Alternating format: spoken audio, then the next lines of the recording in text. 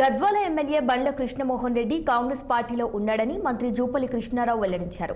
గత నెల 6వ తేదీన రాష్ట్ర ముఖ్యమంత్రి రేవంత్ రెడ్డి సమక్షంలో కాంగ్రెస్ గూటికి చేరిన ఆయన హస్తం పార్టీకి మాత్రమే సేవలు అందిస్తున్నారని తెలిపారు. జూపల్లి కృష్ణారావు ఎమ్మెల్యే నివాసంలో కృష్ణమోహన్ రెడ్డితో భేటీ అయ్యారు.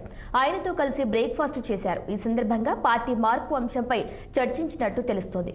అనంతరం జూపల్లి మీడియాతో మాట్లాడుతూ గద్వాల ఎమ్మెల్యే బీఆర్ఎస్ పార్టీలో చేరటం లేదని, తమతోనే ఉంటున్నారని క్లారిటీ ఇచ్చారు. కేటీఆర్ తో భేటీ అయినంత మాత్రాన పార్టీ మారుతారనటం సబబు కాదన్నారు జూపల్లి. అందరూ కలిసి ఇచ్చిన మాట నిలబెట్టుకోవడం కోసం ఇన్ని ఇబ్బందులున్నా రైతు భరోసా ఇవ్వడం జరిగింది. రైతు భరోసా ఇవ్వడం జరిగింది.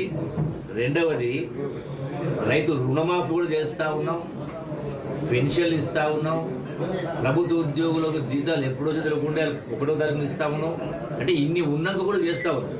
అంటే సమర్థవంతంగా పరిపాలన చేసే కార్యక్రమం చేస్తున్నాం.